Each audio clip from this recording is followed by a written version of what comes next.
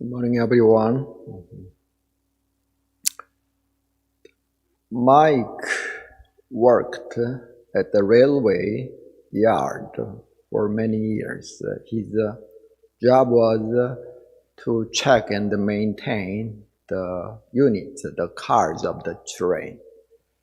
One day, when he entered the refrigerator boxed car, he accidentally was shot inside that boxed car. It's the time before people have the cell phone. So he really panicked. It was completely dark inside. And he was locked inside. He beat the door of the car repeatedly until his fist got bloody and he screamed. But all the railway crew left the railway yard, so nobody was there. So it's the refrigerated box car. The temperature might be below zero, so that's why he really panicked. The next day, he was discovered. He was dead inside that boxcar. And autopsy result came out. Actually, he was frozen to death.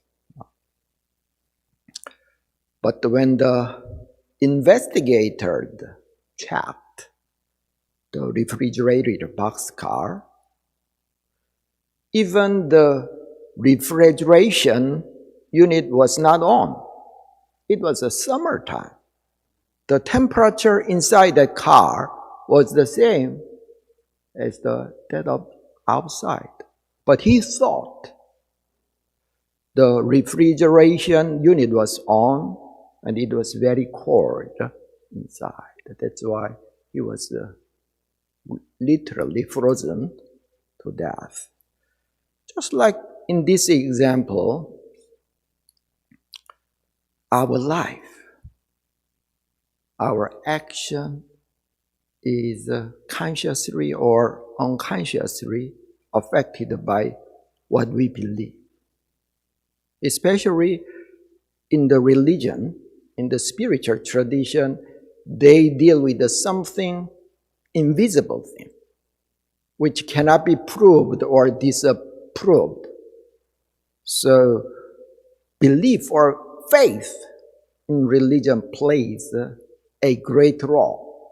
So, for example, the Judeo-Christian tradition is called the religion of faith. When Buddhism was brought to the West, the practice aspect, just like the motto of Home Depot, do it yourself, approach has become very appealing. But even we practice, our practice is based on some form of a belief. For example, we practice the meditation for 30 minutes. So you can say it is not belief but practice. But we practice sitting meditation on the belief of the merit or benefit of sitting meditation, even though we have not completely harvested that benefit. Because we believe some master's word, or you may read some article written by some medical doctor about the benefit of meditation, etc.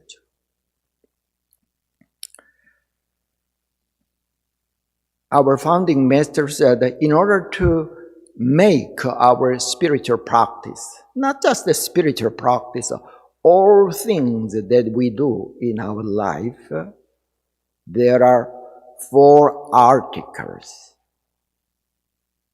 We need 4 elements to make it successful.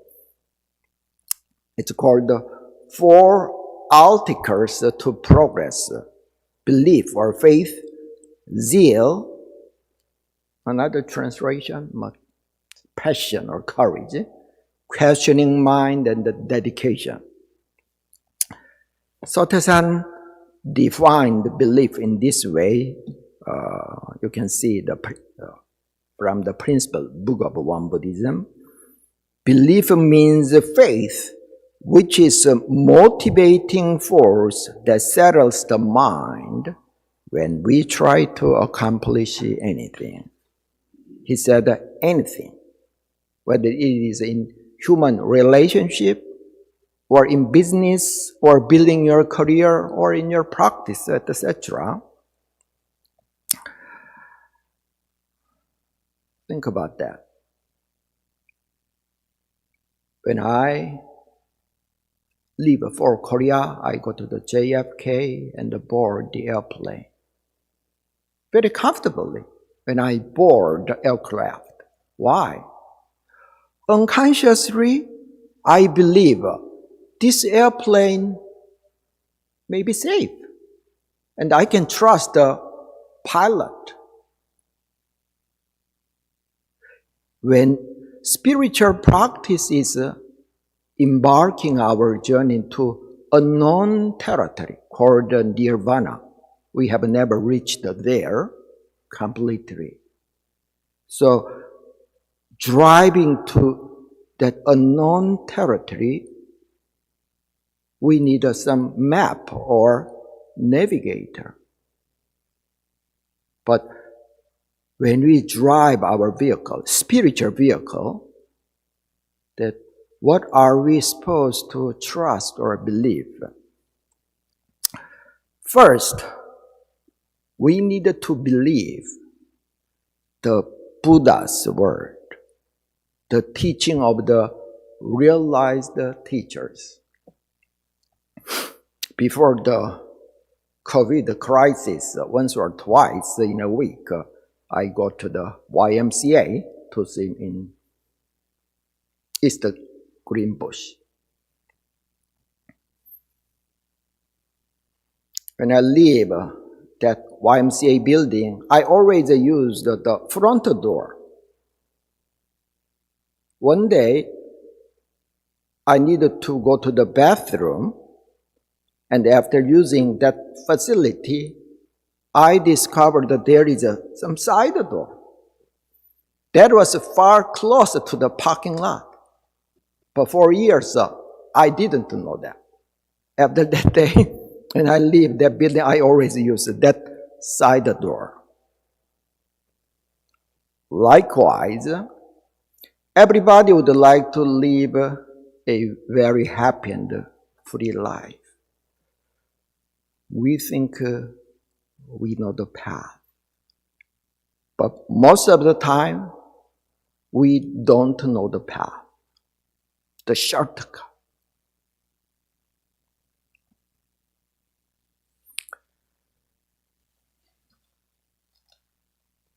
Let me read our founding master's word.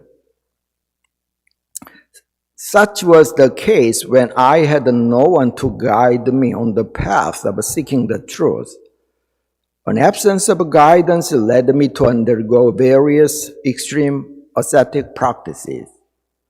On the other hand, how fortunate you are to have me as your experienced teacher who has paved a great wide path for any blind person to follow with a sense of assurance, has built a comfortable house in which you can devote yourself to your studies. Our founding master said, I didn't graduate even the elementary school, but for one thing, I know quite sure. There is one thing I can do with a great excellence. That is how to make you Buddha. In this area, I know for sure. Parents, for example, my parents, my mother, father, loved me very much. They cared about my path.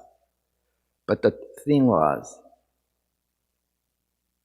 they were not wise enough to guide me to the best path.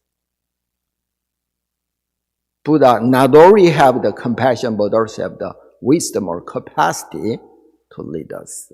So Buddha said, one can enter the ocean of Dharma only through faith, from the Avatamsaka Sutra.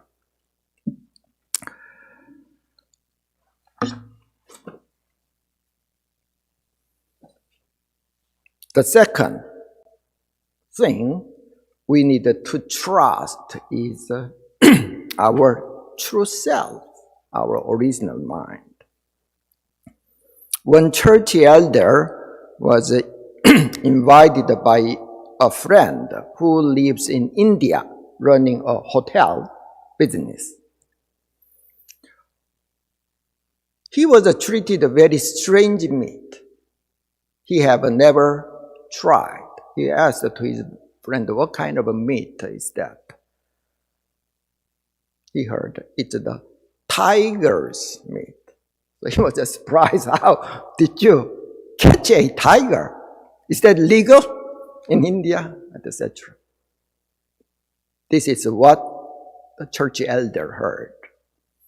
He knew his friend's hobby was hunting. One day, he went to some forest to hunt along with several of his dogs, greyhounds.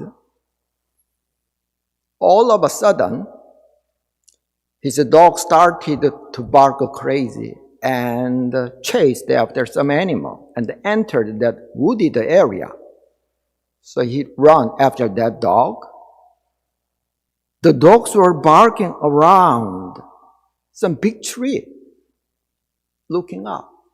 So what's up there? When he looked up the tree, he saw a very big tiger was crouching on the big branch. He was so scared and surprised, he felt bad.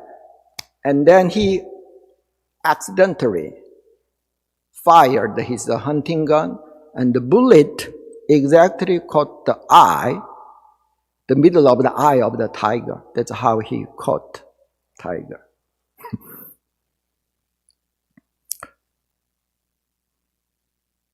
My hometown was Daegu City in Korea.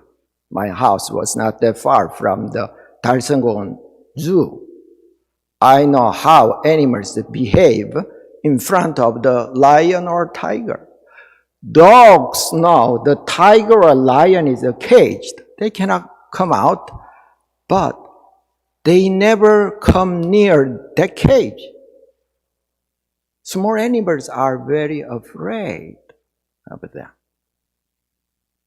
But what happened to the minds of that dogs, greyhounds?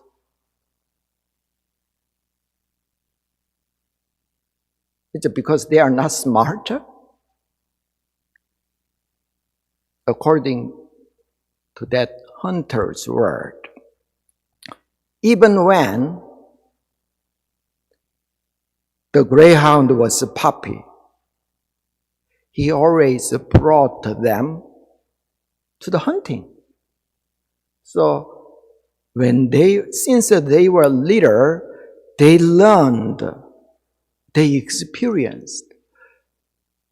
Not any animal, whether they are big or small, can survive the master's gun. When they heard the bang of that rifle, big animal always fell down. So they think, probably, as long as they are with their master, they are always safe. They are invulnerable. That thought became embedded in their mind. That thought has become their belief.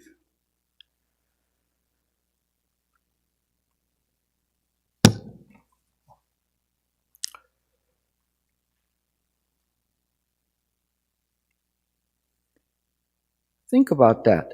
when, not just the animals, when we humans encounter some extreme situation, the fire broke out or the thief broke into our house, sometimes a supernatural power arises within ourselves. We can jump to a very high wall with very heavy things when fire breaks out, or lift extremely heavy things. In other words, within ourselves, we already have that kind of wisdom, power, or that kind of potentials. But why we cannot use that?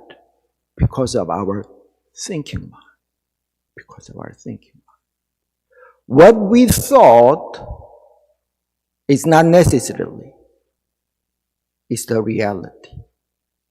And we are imprisoned by our thoughts. That's why, in order to attain enlightenment, meditation practice is very important in whatever tradition. We need to let go of our thinking mind for our primal awareness, that ocean, to reveal itself. This is a very well-known story. When one lady 2,000 years ago in Israel had some kind of sickness. When she had a cut in her body, the blood will not coagulate. It's a very serious disease at the time. One day, she heard the name of one young teacher named Jesus, who is known to have a supernatural healing power. And she thought, if I meet that young person, probably she can be cured from her sickness. But the young man was surrounded usually by so many people. One day, she squeezed inside into the crowd and approached to Jesus.